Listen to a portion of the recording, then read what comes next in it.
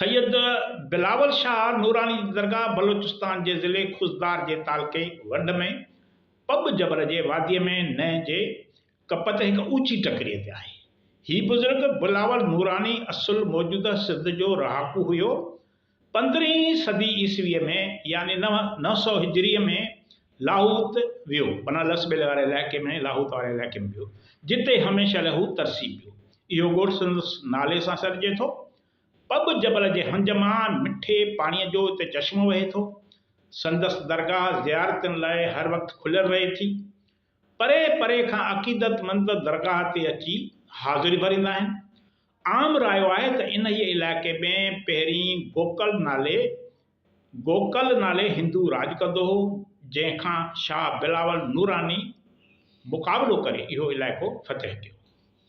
बलूचिस्तान जे ज़िले लसबेले जी 1907 ईस्वी वारी गज़ेट में बिलावल शाह नूरानी जो ज़िक्र मिले थो त पाण 1495 ईस्वीअ में सिंध खां सफ़र करे हिन माॻ ते आयो।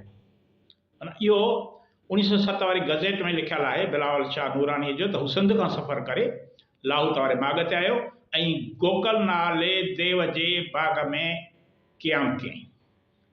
तोहफ़तुल कलाम जो मुसनफ़ मीर अली शेर कानियो ठटवी लिखे थो त शाह बिलावल नूरानी पंहिंजे इलाइक़े जा मजज़ूब शख़्स हुआ ऐं उन्हीअ जुनून जे पेश नज़र इलाइक़े जे माण्हुनि में संदसि पज़ीराई वधण लॻी ऐं माण्हू वटि मुरादूं खणी अचणु लॻा।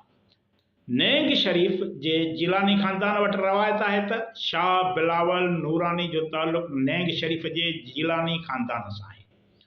बलोचिस्तान जे ज़ेदी इलाइक़े में रहंदड़ संदन पर ॾाॾो पीर सैयद कमाल शाह जीलानी ऐं शाह बिलावल नूरानी पाण में भाइर हुया।